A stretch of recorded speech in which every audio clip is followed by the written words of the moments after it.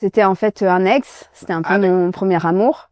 Et en fait, effectivement, il a eu un accident de bateau sur le lac d'Annecy. D'accord. Un accident de bateau? Je peux vous demander ce qui s'est passé?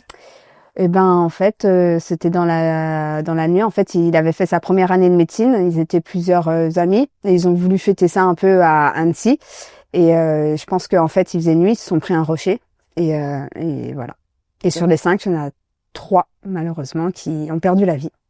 Waouh. Ouais. Incroyable. C'est-à-dire que le bateau a coulé, quoi.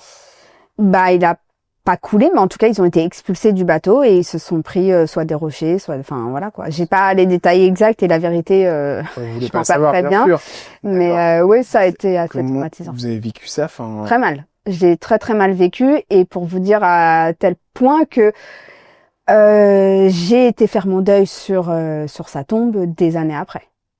D'accord, ok. Ouais. Parce qu'en fait, mon psychologue me disait en fait tant que vous y alliez pas, vous ferez jamais votre deuil et vous pourrez jamais vraiment lui dire au revoir. Donc j'ai été des années après.